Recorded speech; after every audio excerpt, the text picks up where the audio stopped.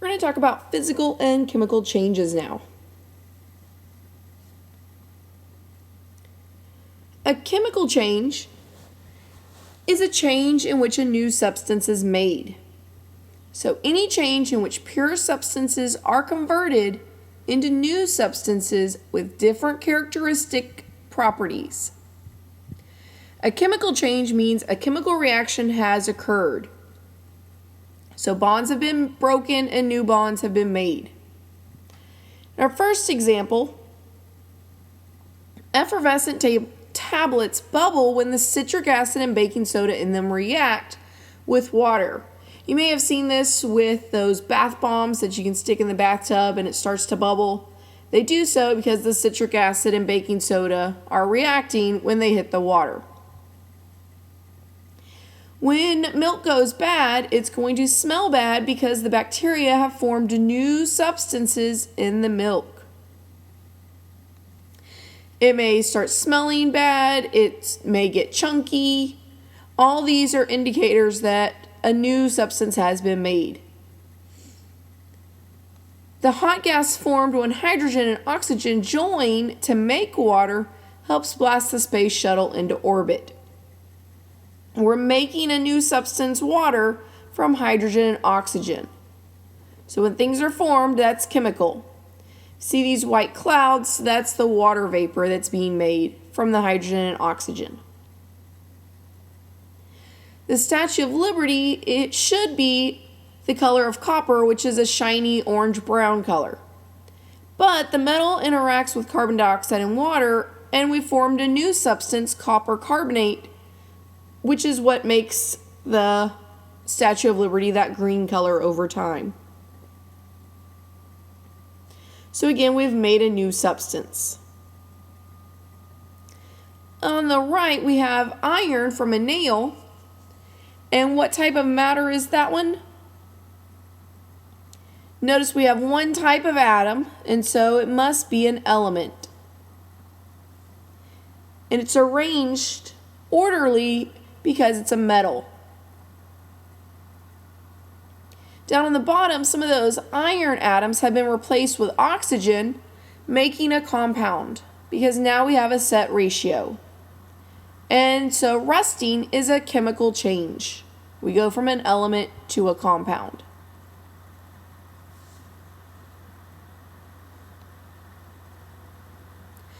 Sometimes it's hard to tell if a chemical change has taken place. So there's 4 indicators that a chemical change has taken place. The first one is unexpected color change. If you mix 2 clear liquids and a pink color arrives, then that's an unexpected color change.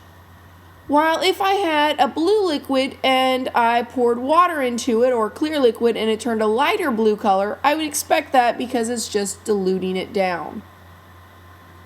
Or if I mix blue and red food coloring, I would expect purple. Again, that's not a chemical change, only if it's unexpected. A change in temperature, which represents an energy change, is another indicator of a chemical change. When I mix 2 chemicals and it gets cold, that's going to be endothermic.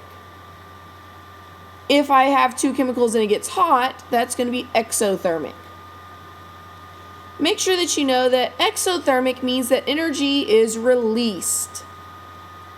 So exothermic is going to get warmer or hot.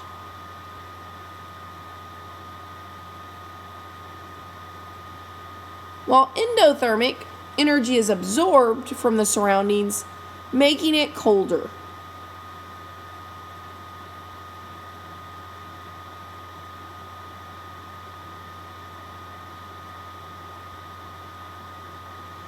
Here we can see 25 to negative 24.8. Temperature went down.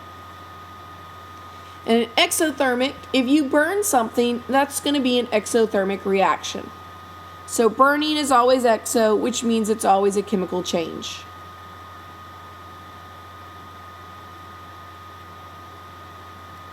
When a gas is produced, that's another indicator that a chemical change has happened.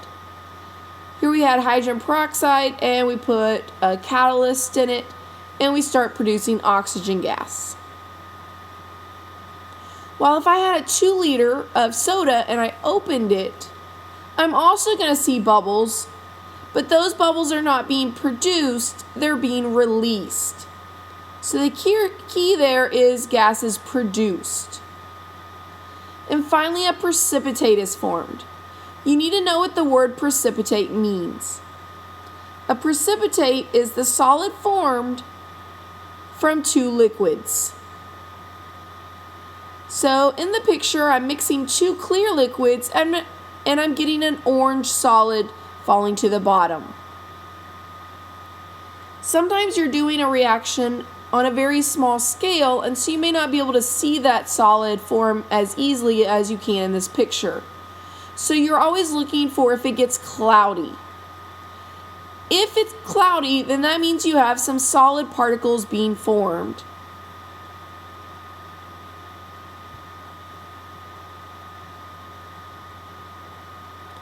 While a physical change in matter will change its physical state, but not its composition.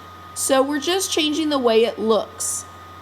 Frequently, but not always, physical changes are reversible. Some examples: grinding, bending, dissolving, and all of your state changes are all physical. One that people always miss is dissolving. When salt dissolves in water, we still have salt and we still have water. If you taste it, you can still taste both of those particles, so we didn't make anything new. It's still the same substance. And if you recall from your lab, you can get those substances separated again, so it is reversible. Sharpening a pencil, it's still a pencil, but that one would not be reversible. Weathering of rocks, you should know what weathering is. Weathering is the breakdown of the rocks into smaller pieces due to the weather. So it starts in big boulders that get smaller and then eventually into sand. And the weather breaks it down in wind, rain, when water freezes in the cracks. And the last picture is showing water turning into ice or water turning into vapor, but it's still H2O. So here are your state changes that you're going to need to know. Going from a liquid to a solid is called what? Solid to a liquid is called melting. Liquid to a solid, you should know, is freezing. What about liquid to a gas? What is it called when we go from liquid to gas? If you said vaporization, you are correct. If you said boiling and evaporation, you're also correct.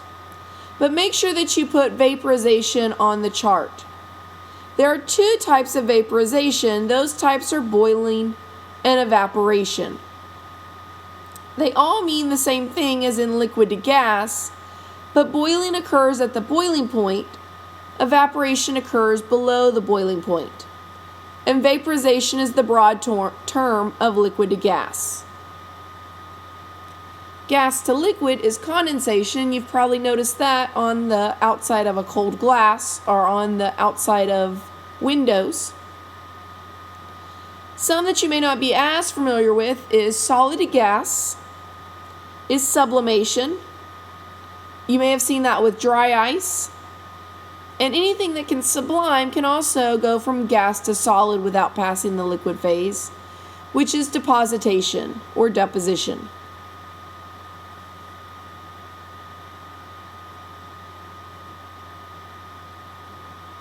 Remember, all of those are physical phase changes.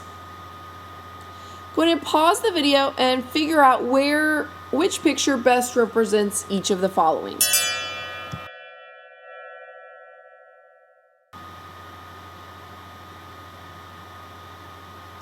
So the first one, we have some ice cubes, And so the picture that best represents that would probably be freezing. Then our popsicle would be melting. Vaporization for the coffee or whatever that is going to gas. And the last one, we have clouds turning into rain. So inside the rain, you have gas water particles colliding and turning into liquid or rain. Here, you're going to determine if it's physical or chemical, but you also need to underline the key word. So don't just put an X in physical or chemical. Also underline your key words. So for the first one, sodium hydroxide dissolves in water. It doesn't matter what dissolves. If it's dissolving, it's going to be physical. Pause the video and try the next ones on your own.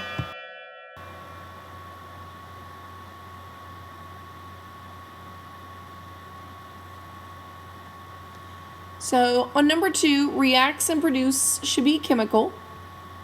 On number 3, a pellet of sodium is sliced into. Doesn't matter what you're slicing, that's physical.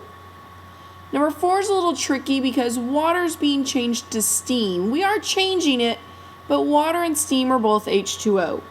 So that would be physical.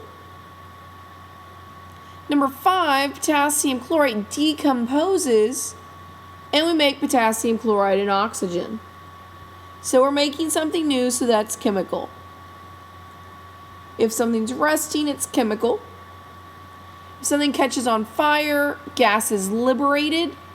Liberated means released, so we're releasing a gas, and we are forming sodium hydroxide, all telling us that it's chemical. Evaporation is going from a liquid to a gas, so that would be also a physical change.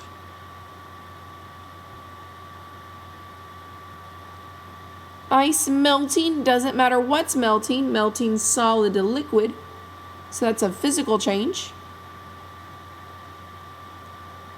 Milk souring, we said earlier that was a chemical change because it's going to have a different odor, may become chunky. Remember, dissolves tells us it's always physical. It doesn't matter what's dissolving. If it's dissolving, it's physical. Wood rotting is going to be decomposing, breaking down, and so that's chemical. If we're cooking something, we're heating it, it's going to get changed. So now it's a chemical change because something is being made new. Grass growing in a lawn, it's still grass, so that's physical. A tire's inflated, that's physical because it's still a tire. Food is digested in the stomach, we're making something new. The food doesn't come in and go out the same way. And water is absorbed by a paper towel. We can wring it out, get our water back, so that's a physical change.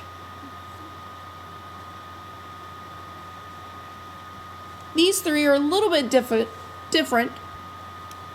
On 18, we have 2 atoms, which would be an element. It would be a molecule of an element. On the other side of the arrow, we have an element as well, but now we have atoms of an element. On the left of the arrow, notice that because they're a molecule, they're connected. There's a bond there. We have to break that bond to get to the other side where they're separated. And breaking bonds are chemical changes. While on 19,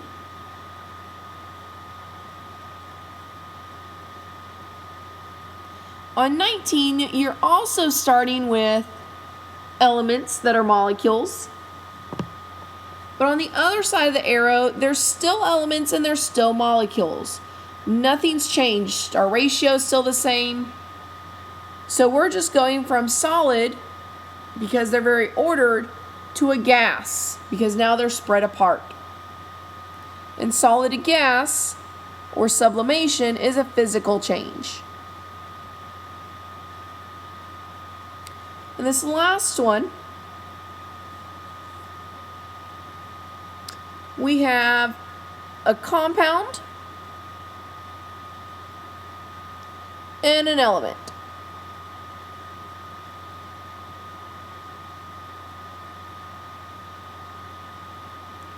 On the other side, we have just a compound, and they're the same compound. But it's different than what we started with. Before it was 2 red, 1 yellow. Now it's 3 red, 1 yellow. So that would be a chemical change.